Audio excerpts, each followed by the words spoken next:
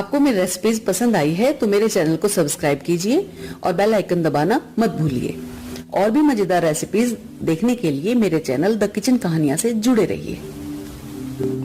घर पर पनीर बनाने के लिए मैंने 2 लीटर फुल क्रीम दूध लिया है। एक बड़ा नींबू लिया है। नींबू का हम रस निकाल लेंगे। पनीर बनाने में नींबू का रस जब हम लेते हैं तो बस ये सावधानी रखनी है कि इसमें नींबू का बीज नहीं आने देना चाहिए। और ये हम रस निकाल कर रख लेंगे। उधर हम दूध को गैस पर उबलने के लिए रख देंगे। जब दूध में उबाल आ जाएगा तो हम फ्लेम बंद कर देंगे और दूध को इस तरह से चमचे से हम हिलाते हुए हल्का ठंडा करेंगे। इस तरह से दूध में वॉल्यूम भी बढ़ जाता है, झाग इसमें अच्छी तरह से आ जाते हैं और दूध ठंडा भी हो जाता है। जब दूध थोड़ा ठंडा हो जाए तो इसमें हम थोड़ा थोड़ा करके नींबू का रस डालना शुरू करेंगे और दूध की ऊपर वाली सतह को ही हल्का हल्का हम हिलाएंगे। इस तरह से हम करते हुए देख लेंगे कि दूध फटना शुरू हो रहा है। अगर यहाँ पर दूध फटना नहीं शुरू हो रहा है तो आप नींबू का रस और बढ़ा सकते हैं, क्योंकि ये नींबू के खट्टेपन और दूध के ठंडे या गर्म होने के ऊपर करता है। अब यहाँ आप ये देख सकते हैं कि यहाँ दूध फटना शुरू हो गया है। दूध में पनीर के ये पीसेस जो हैं वो दिखाई देना शुरू हो गए हैं।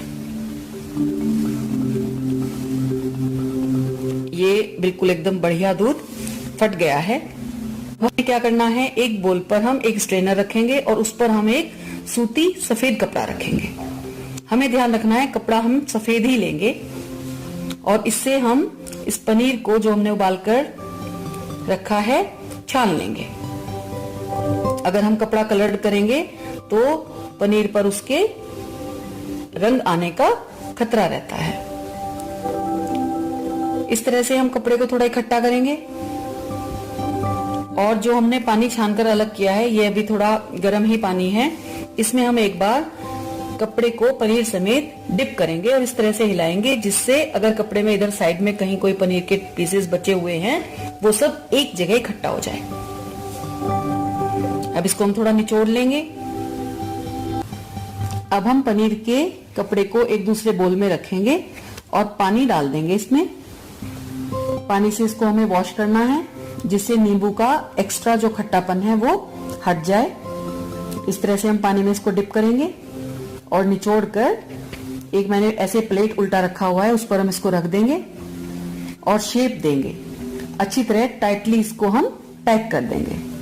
अब इसके ऊपर हम वजन रखेंगे।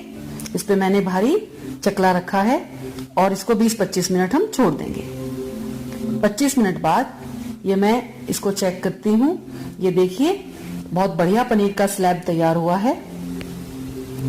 इसको हम अपने मनपसंद आकार में काट लेंगे। बहुत बढ़िया और सॉफ्ट पनीर बना है। कलर भी बहुत अच्छा आया है। अब हम एक बोल में पानी लेंगे और पानी में पनीर के पीसेस को डिप करके रख लेंगे और इससे आप अपनी मनचाही पसंद की डिश बना सकते हैं। Thank you for watching this video. अगर आपको मेरे द्वारा बनाई गई रेसिपीज पसंद आ रही हैं तो मेरे चैनल को सब्सक्राइब जरूर करें।